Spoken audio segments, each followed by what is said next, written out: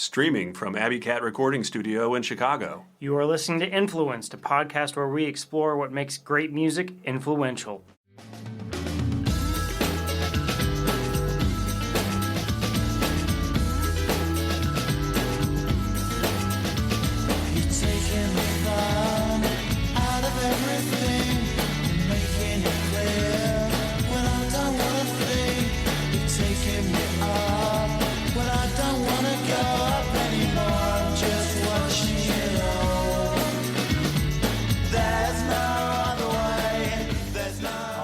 Welcome to Influenced, and I'm Blake Sokoloff. I'm Robert Dean. This week we're doing a part one of Damon Albarn. So it's not just Blur. Yeah, no, we're kind of tracking Damon Albarn's whole career, and we kind of figured that would take more than one episode. So in this first one, we're kind of tracking Damon Albarn's career from the beginnings, like his early career in the late 80s, starting Blur with his bandmates Graham Coxon, Alex James, and Dave Rowntree, all the way up through the 90s, kind of into the early 2000s when he started Gorillaz with his partner in crime, Jamie Hewlett. So we'll kind of be taking his whole kind of career as a scope. And just like really diving into one of like the UK's most interesting and diverse musicians.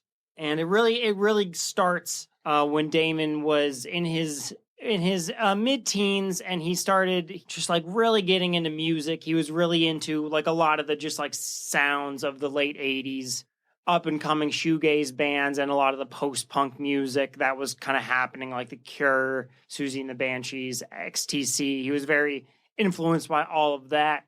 And he kind of met his partner in crime, so to speak, musically, in the later years of his schooling, Graham Coxon, who would become the lead guitarist, or really only guitarist of Blur, and kind of Damon Albarn's kind of first musical confidant. They really first bonded over like the wild and kind of super artistic alt rock and alternative music that was kind of really shooting out in the late 80s out of the shoegaze scene specifically. Like Graham Coxon talks about being in college and hearing My Bloody Valentine for the first time, and how he was just like, he talks about how he had never heard anyone play guitar like that, like the whole Loveless album, and even the music they were putting out before Loveless, like their first album Isn't Anything, and even the music they were doing before that on their like early EPs was like really influential on both Damon and Graham. I'll play right now off of My Bloody Valentine's kind of seminal album Loveless. I'll play the track Only Shallow off of Loveless by My Bloody Valentine from 1992.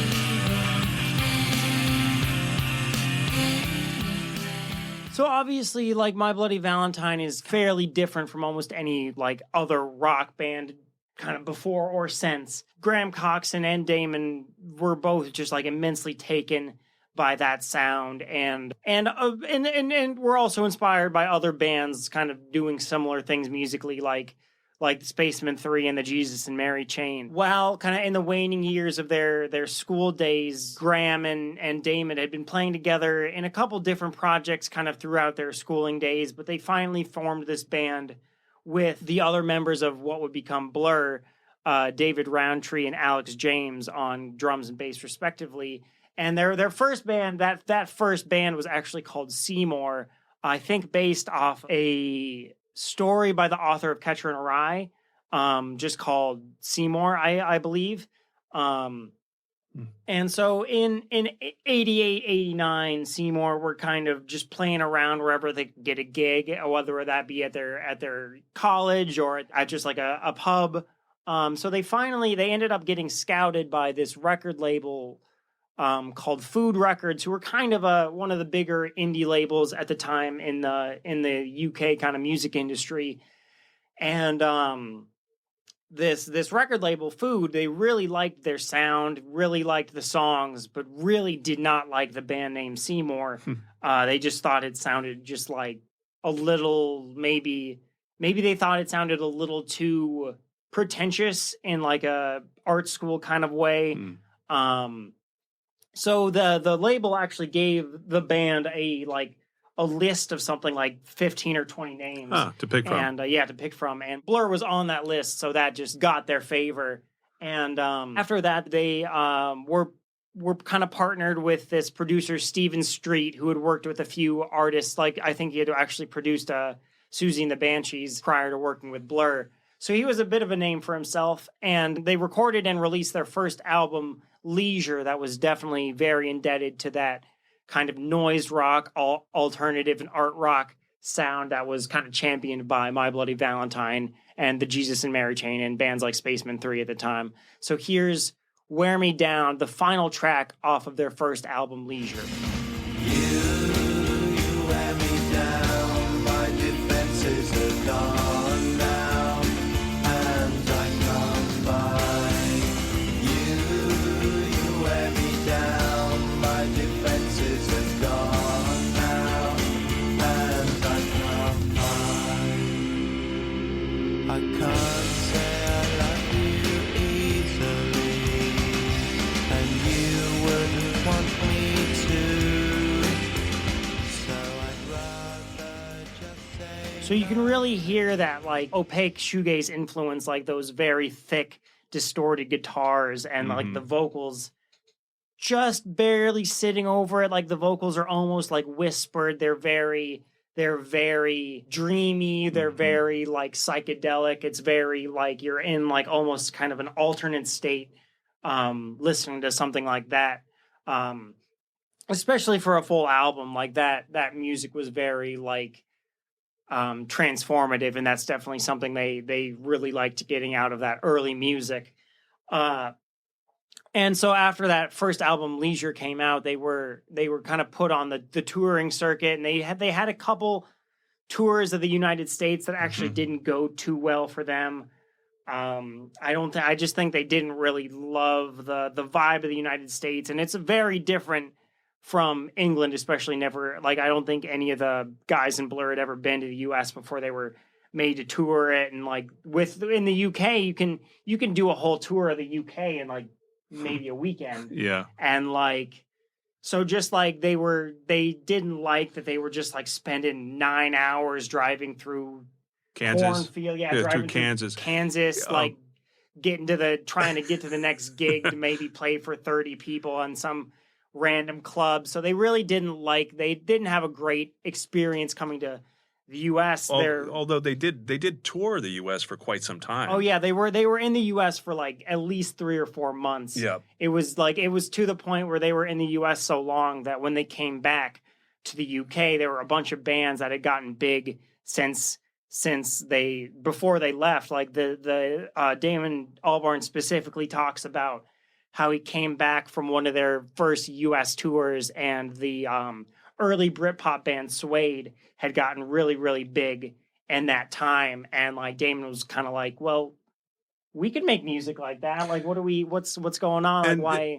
And were they just not, I don't know, that you would know, they just weren't as big in Britain because of shoegaze wasn't as big? Yeah. So also this is definitely also something that played kind of a role in their like kind of falling out of their like earlier sound. But like after the end of 1992, like the last thing they really did kind of as part of the sort of shoegaze sound, so to speak, was they went on this tour in the early 1993, late 1992, called the Roller Coaster Tour. That was Blur, My Bloody Valentine, the U.S. band Dinosaur Jr., and then the Jesus and Mary Chain. So 3 UK kind of noise bands and then a US noise band. And they kind of toured all around Europe for a few months. And Damon talks about how that tour was just like, they had a lot of fun on the tour, but like they certainly weren't playing their best. He talks about how that tour kind of turned into each band kind of in a contest to see who could play the most screwed up or play the loudest. So it would be like Blur would play the loudest and most messed up one night, and then they'd get done in by Dinosaur Jr. the next. And so it was a major, like, I think they had a lot of fun, but I think it was also like kind of a taxing tour for them.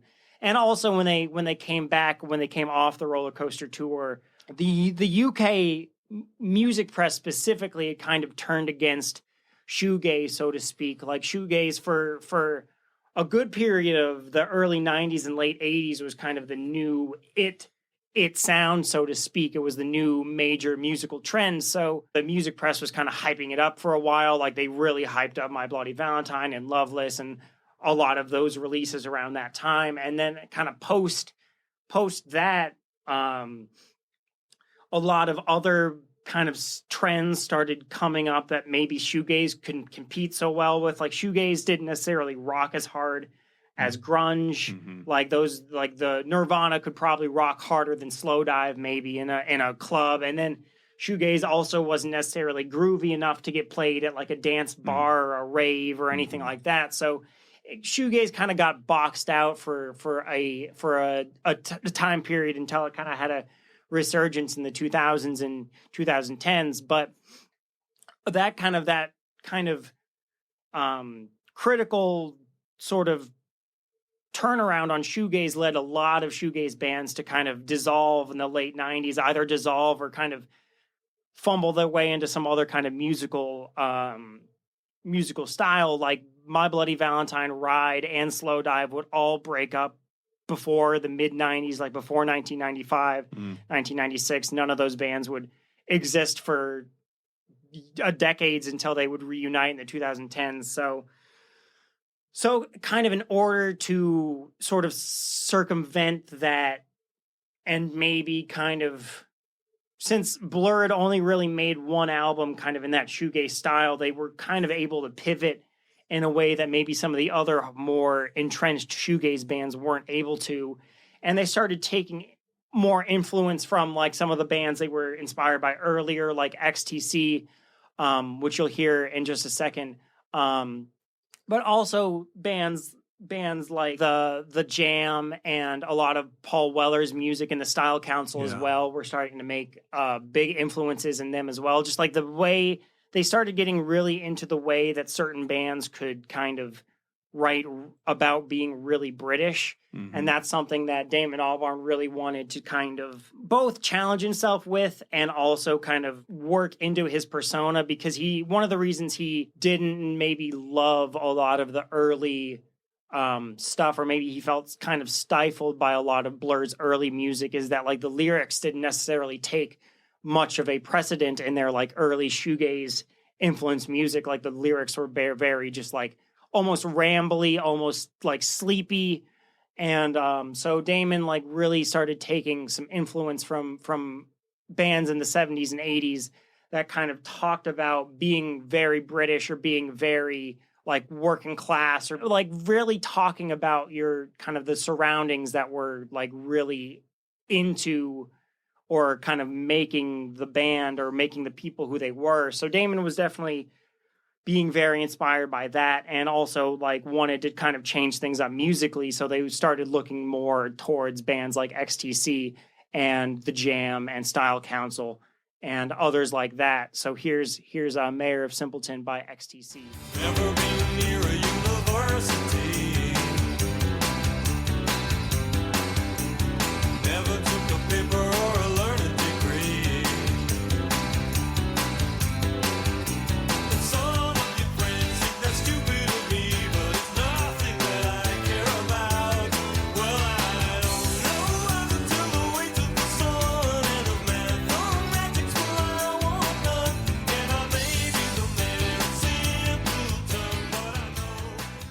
So arguably, XTC's.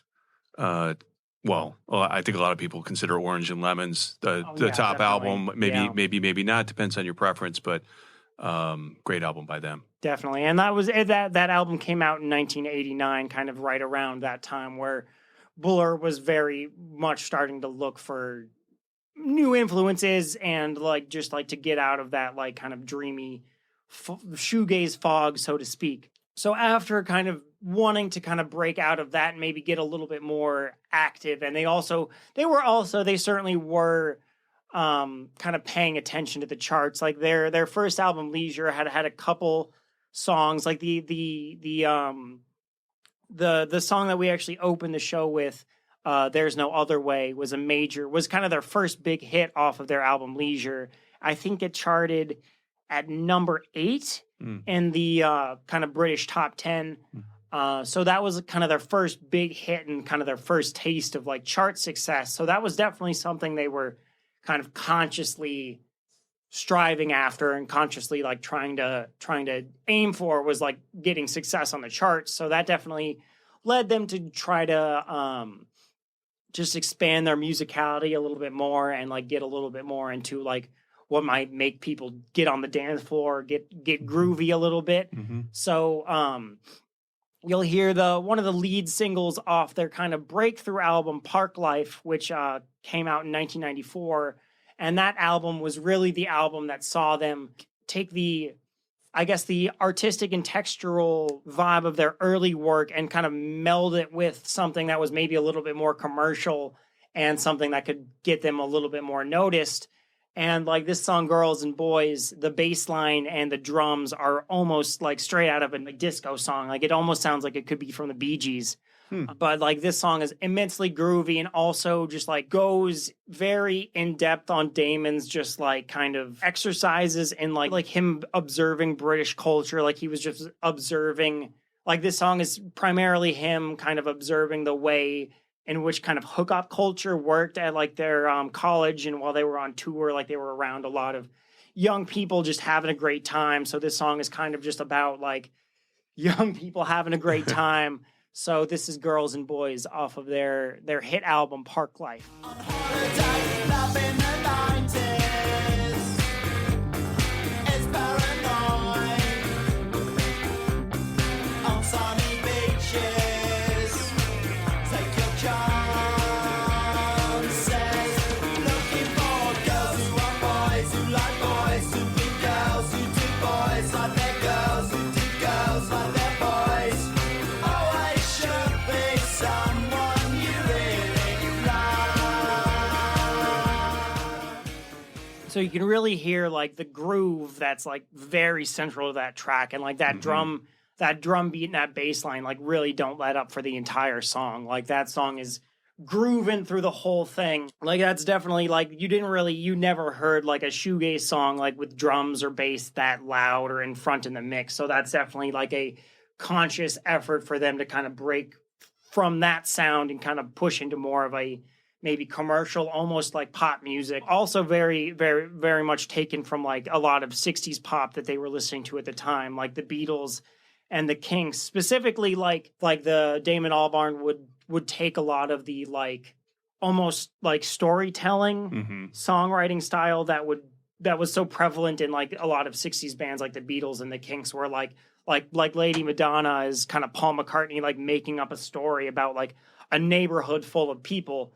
And like the Kinks would do so much of that as well. Like you'll hear Waterloo Sunset by the Kinks in just a second. And then that's definitely something that Damon like really, really took to heart. And like, again, it's kind of something he wanted to really make in like as British of a way as possible, and like really look at like British societal issues or British societal just like kind of stereotypes, and like really bring them to the forefront of his music. So here, you'll hear Waterloo Sunset by the Kinks from their 1967 album, Something Else. But here's Waterloo Sunset. Dirty old river, must you keep rolling, flowing into the night. People so shine so bright. But I don't need no friend. Well, good call out on the Kinks. And, you know, those three albums, 93, 94, 95, Yeah. as they got centered around that 60s Yeah. British pop Yeah, definitely. sound, really received a lot of critical acclaim, right? Oh yeah, definitely. I mean, all those albums, like from their '93 album, "Modern Life is Rubbish," all the way from Park Life to their album after Park Life called "The Great Escape."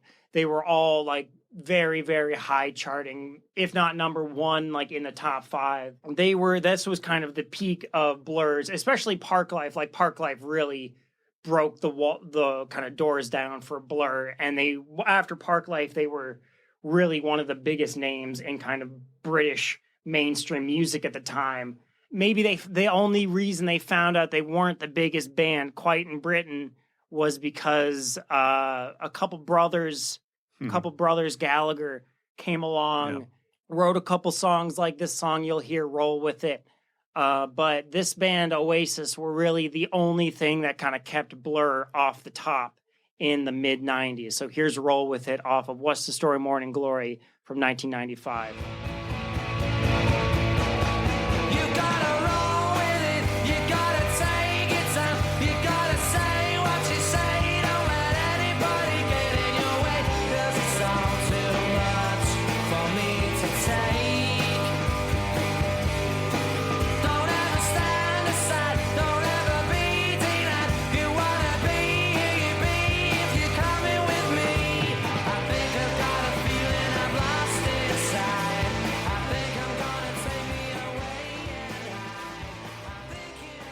So the that song specifically, "Roll With It," actually plays a pretty interesting kind of tagline in the Blur Oasis sort of drama, because if in the mid-90s, so 1995, both Blur and Oasis were kind of the two biggest pillars in kind of the British music scene, and they started out being really friendly. Like you can find video footage of, I think it's in like 1993 or 1994, Damon, like Blur won a music award, and Damon actually, while giving his thank you speech, is like, "I want to share this award with Oasis because I feel such a musical kinship with them." Oh, that's cool.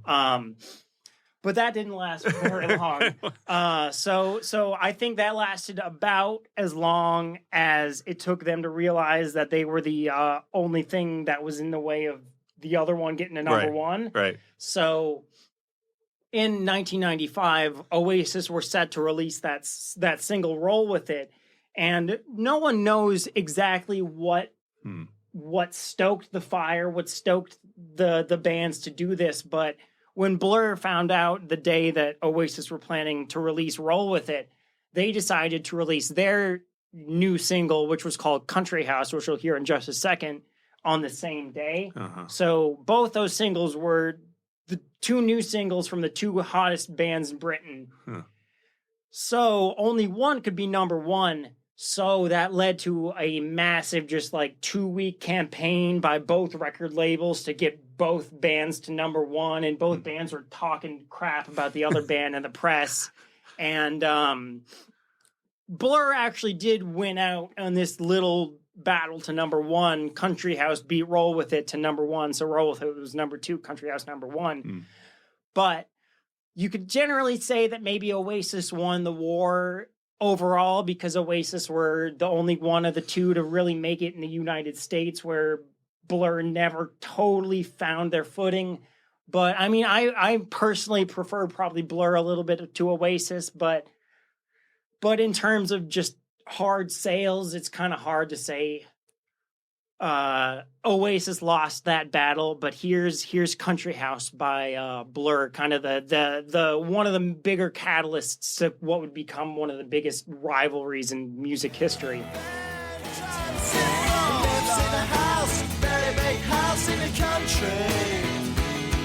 Watching afternoon repeats and the 38s in the country.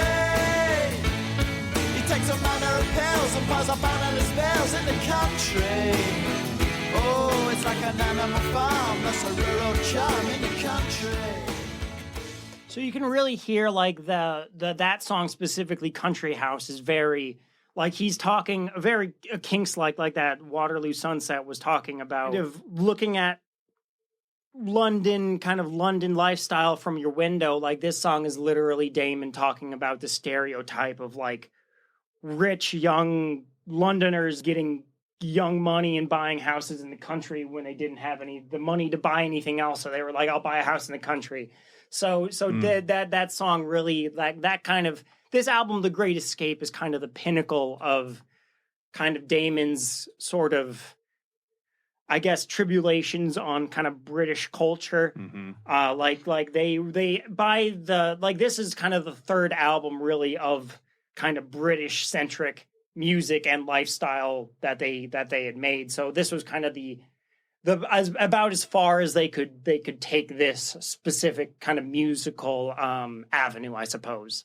Yeah. What do you think as they move forward out of that? What got them into that headspace to go more lo-fi, hip hop? Yeah. What they did in '97 and beyond. Yeah. So like that was actually one of the biggest kind of reasons for that was Graham Coxon was kind of getting really tired of just like he was just getting tired of the like British style of just like the only taking influence from British music. So he kind of did what like the opposite of like in the early days of Blur, they hated going to America, so they kind of just deep dived into British culture. And then after years and years of doing that, Graham was kind of like, I need a break from British culture. I'm going to do a deep dive on like what's going on in America. And so Graham started getting really into like a lot of the alternative music that was kind of coming out of America, and like some of the stuff that he deemed maybe a little more interesting than just like the grunge or the like hard rock. So he was getting into a lot of like the experimental music, like Beck, who was kind of combining like Beck was kind of combining everything, like hip hop, folk music, alternative rock. So you'll hear Novocaine off of Odelay, Beck's 1996 album here in just a second. But Graham was also getting really into like noisier American rock, like diving into Dinosaur Jr., who they had toured with in the early 90s, as well as getting into bands like Pavement and other bands like that. So here's Novocaine off of Odelay by Beck. But this is definitely, like, Beck was definitely one of the major influences in kind of pushing them out of their kind of British-centric music that they had been making for almost 5 or 6 years at that point.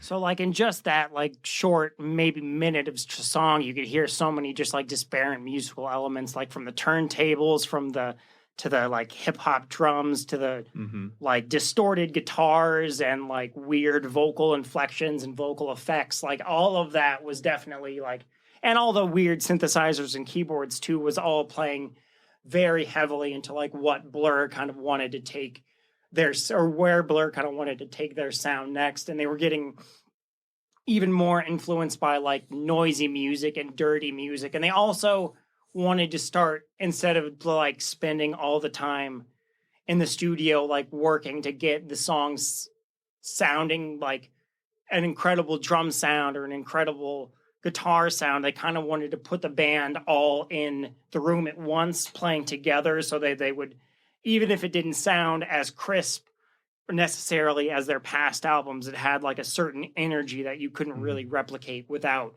a band all like giving it their all in the room together live. So here's Death of the Party, one of the more experimental tracks off of Blur's next album, which was just a self-titled album called Blur, released in 1997. And this album's also unique because it's when kind of Damon Albarn started generally writing music ever so slightly more on his own. So Damon Albarn kind of sees a couple songs on this album as kind of being the beginnings of what would eventually become the Gorillaz.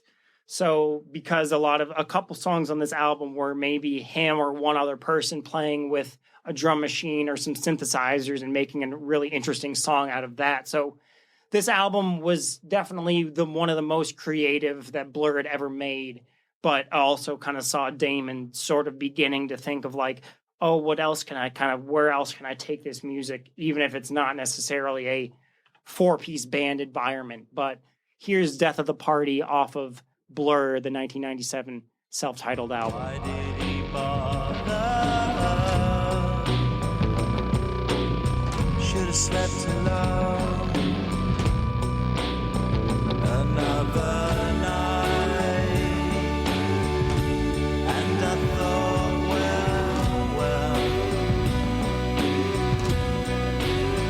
go to another party and hang myself. Definitely hear that influence from Beck there. And also, the Gorillaz started in 98, and maybe just your thoughts on how did that come about? I mean, it was a partnership with Jamie Hewlett, a comic book artist. Yes, definitely. So that actually came about because because of Graham Coxon, actually, the guitarist of Blur, because in 1991, like very early in Blur's career, Graham had actually met Jamie Hewlett just as like a mutual friend, and Jamie Hewlett at the time was fairly successful as a graphic novelist of this comic and graphic novel that kind of was fairly popular throughout the 90s called Tank Girl. Because of that, like Jamie had like some notoriety, and Graham kind of thought that like, oh, if Jamie interviewed Blur, that would be really good for the band. So in 1991, Jamie Hewlett interviewed the band and actually didn't really get along with Damon on that first interview. He Jamie Hewlett says he kind of thought Damon was a little standoffish and maybe a little self-centered. That interview got Jamie kind of around Blur, kind of in their circle. Jamie Hewlett actually eventually ended up dating an ex-girlfriend of Graham Coxon's as well. And then after that relationship kind of soured, I think in like 96, 97. So around the time of Blur's self-titled album, Damon Albarn and Jamie Hewlett decided to get room together. They decided to get an apartment or get a flat together somewhere. Like they were both fairly busy artistically, so it wasn't like they were all around the place all the time, but their apartment kind of became well known for like having parties and having a lot of celebrities over. Like you can find photos of like a couple of the Spice Girls actually hanging out at some of their parties, and even like early like members of Radiohead in the early 90s or late 90s hanging out at their parties. So they definitely became kind of an it place to hang out socially, and like they were definitely hanging out a lot and like spending a lot of their time that they were around together. And so they talk about just like they had talked about wanting to form a group that kind of like they wanted to kind of play into the artificiality of like what they thought like of pop music. Like they wanted to play into the artificial nature of like pop music and the way that like a lot of pop stars or pop bands or pop acts are kind of manufactured. And so they wanted to do that literally with a cartoon band. So like Gorillaz kind of became the main kind of foray into that. And right before the Gorillaz put out their first music, Blur released the album 13, which was actually their first album that they didn't use Stephen Street for, the guy who had previously produced every single Blur album up to 13. So on that album 13, they used a electronic musician by the name of William Orbit, who was like a producer and a primarily electronic producer, and he kind of took them in even more of an experimental realm. So he kind of took the experimental sound that they were going for on the self-titled 1997 Blur album, and on the 1999 album 13 took it even further with even more synthesizers and like samplers and experimental ways to create the rhythms and drum sections for the songs. So here's 1992 off of 13, which is also one of the songs that Damon says could very well be an early Gorillaz song. This song, the original song, the reason the song is called 1992 is the earliest demo of the song goes all the way back to the early years of Blur, and it's kind of something that had always been sort of around, but was this like little musical motif that took them forever to actually make into a song. But it's one of the songs that kind of Damon thinks as one of the kind of proto-Gorillaz songs, kind of pre-Gorillaz. So here's 1992 off of the Blur album 13.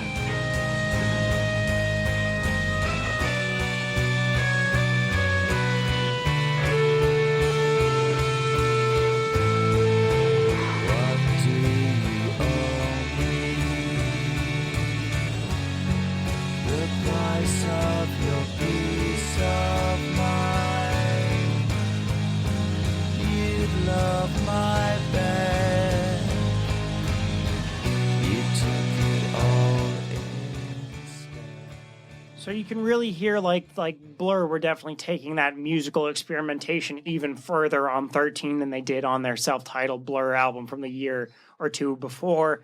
And that was definitely kind of one of the final, that like extra layer of electronic experimentation was definitely one of the final kind of steps or kind of final ingredients to getting into the Gorillaz as we know them today. And I would say kind of the final ingredient in that sort of Gorillaz stew, so to speak, is like the spirit of collaboration, because like Damon has always been collaborating, even since that first album, with so many other musicians, whether they be hip hop artists, people from like legends from rock bands past, legends that Damon loves, people that Damon grew up with in the same kind of music scene. So he's always collaborating with so many people. And one of the first kind of major collaborations that he did, kind of even pre-Gorillaz, was in 1998, 1999. He collaborated with this producer, Dan the Automator, who is another kind of electronic producer, sort of similar to William Orbit, who produced 13. But Dan the Automator was producing an album by Del the Funky Homo Sapien, who is a kind of a 90s hip-hop icon. And Damon kind of got brought into this, making this album called Deltron 3030, which is a collaboration between Dan the Automator and Del the Funky Homo Sapien. And so Damon ended up writing a couple of the songs, like co-writing a couple of the tracks with Del the Funky Homo Sapien and Dan the Automator, and then also brought both of them onto the first Gorillaz album. Del the Funky Homo Sapien is the hip hop artist who is actually the rapper on Clint Eastwood, like kind of their major first hit. So here's Time Keeps on Slipping from Deltron 3030 by Damon Albarn, Dan the Automator, and Del the Funky Homo Sapien. One of the first kind of major collaborations that definitely is one of the major keys in unlocking what would become Gorillaz. Graphically packing 380s with body heat sensitive bullets, you need safety. Vest on your face and neck, mental armory, levitate legs for my monarchy. No malarkey, my flow's embarking, psionically sparking, brain cells till they sparkling.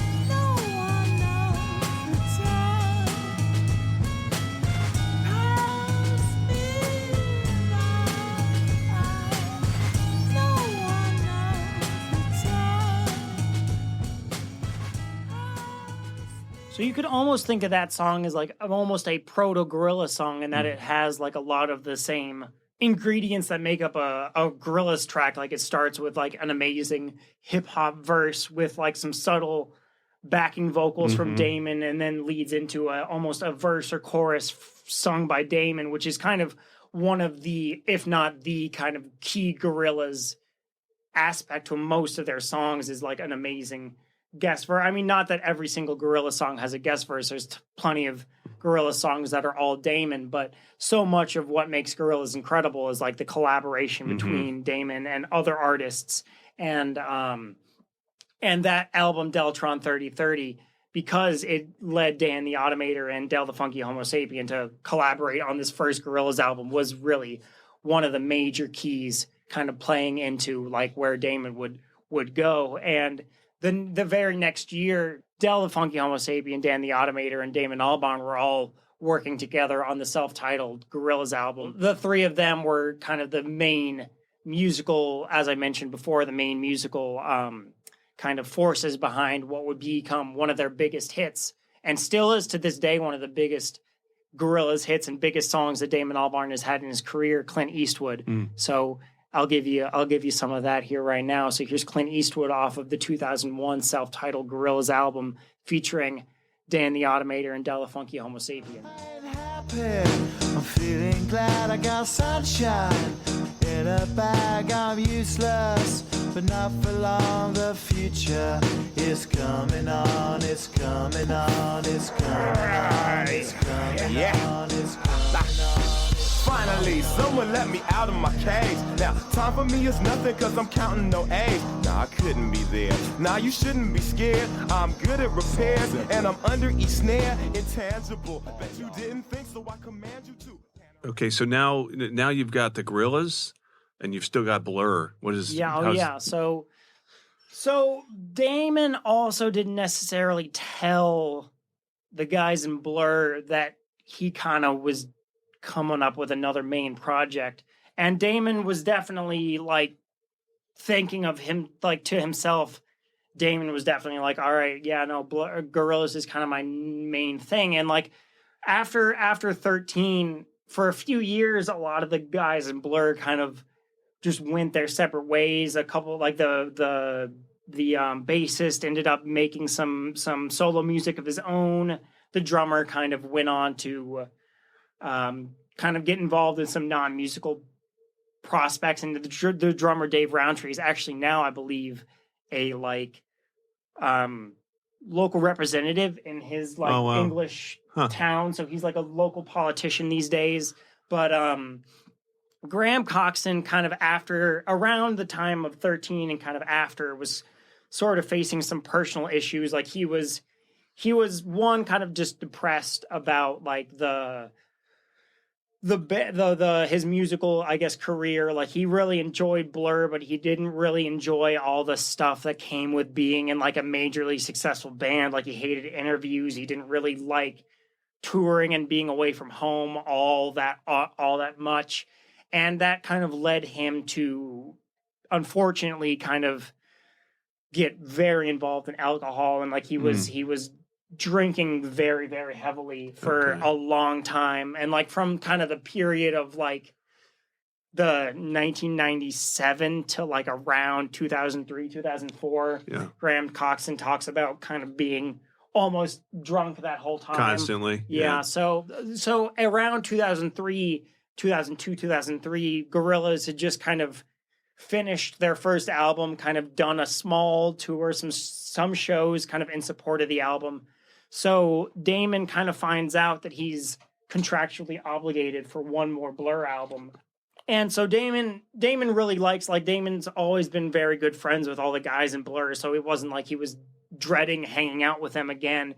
Not really sure, like, oh, what kind of music are we going to make? Like, are we just going to go back to, like, are we just going to be like, oh, we have to crank out a 4-piece rock album every 5 years just to make our millions or whatever. Mm-hmm. So Damon was kind of like, are you just becoming like a classic rock band or something? And then they started having some initial sessions that weren't going well at all with Graham as a 4-piece, kind of because of his drinking was making him just like, one, depressed, and also two, like, I think if he wasn't depressed, he was kind of angry. So he was just like, not great to be around. Like he would either be pissed off or just like drunk or depressed.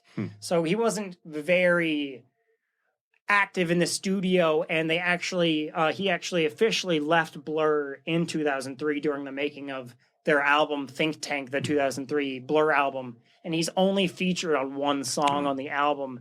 So the other 12, there's 13 songs on Think Tank. The other 12 songs are the other three guys in Blur kind of making up for the fact that Graham Coxon's not around, and they do a really interesting job with it. They actually they recorded the album almost entirely in Morocco also, which is pretty interesting. Like Damon Albarn has always had a very heavy influence in like non-Western music and specifically African music in general. Like he's in his recent years, he's even like written African music specifically.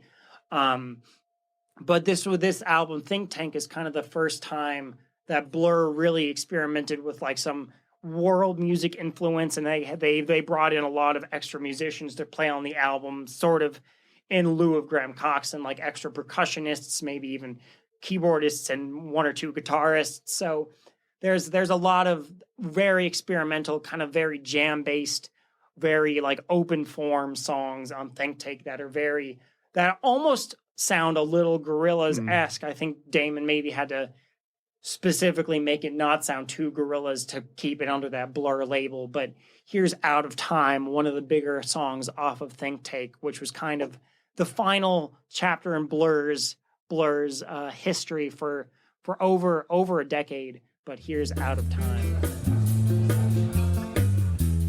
Where's the love song set us free? Too many people down, everything turning the wrong way round. And I don't know what love will be, but if we start dreaming. So it definitely sounds a lot more subdued than Blur had in the recent years, and that is definitely in part to kind of Graham Coxon's kind of trademark distorted, noisy guitar kind of being mostly absent from the album, and kind of Damon actually playing a lot of the guitar on the album himself. And he's not a bad guitar player by any means, but he's certainly not going to rip a crazy, insane solo or anything like that. Right. And you could also definitely hear a lot of the more just like layered percussion and things like that. They are experimenting with some other kinds of musical styles that would definitely go on to inspire Damon kind of in his own solo work later in the 2010s that we'll get to in part 2 of our episode on Damon here. But the Think Tank, the Blur kind of completed a short tour of Think Tank using a hired guitarist. Actually, the lead guitarist of the Verve actually stepped in to kind of be Graham Coxon for that tour. I believe his name is Simon Tong, but he actually ended up becoming one of the live guitarists for Gorillaz for a time as well. So that was probably the connection that needed to be made there for him. But yeah, that's the Damon Albarn has had quite a music career, and like we barely delved into half of it in this first part. So we're very excited to kind of continue where Damon kind of took Gorillaz, his solo career, and also like what happened with Blur as they kind of resolved their issues into their older age and kind of regain some trust and some writing capability with the band as a 4-piece. So I'm very excited for you guys all to hear Damon Albarn part 2 next time. Definitely. All right, sweet. Thank you guys so much. This has been Influenced.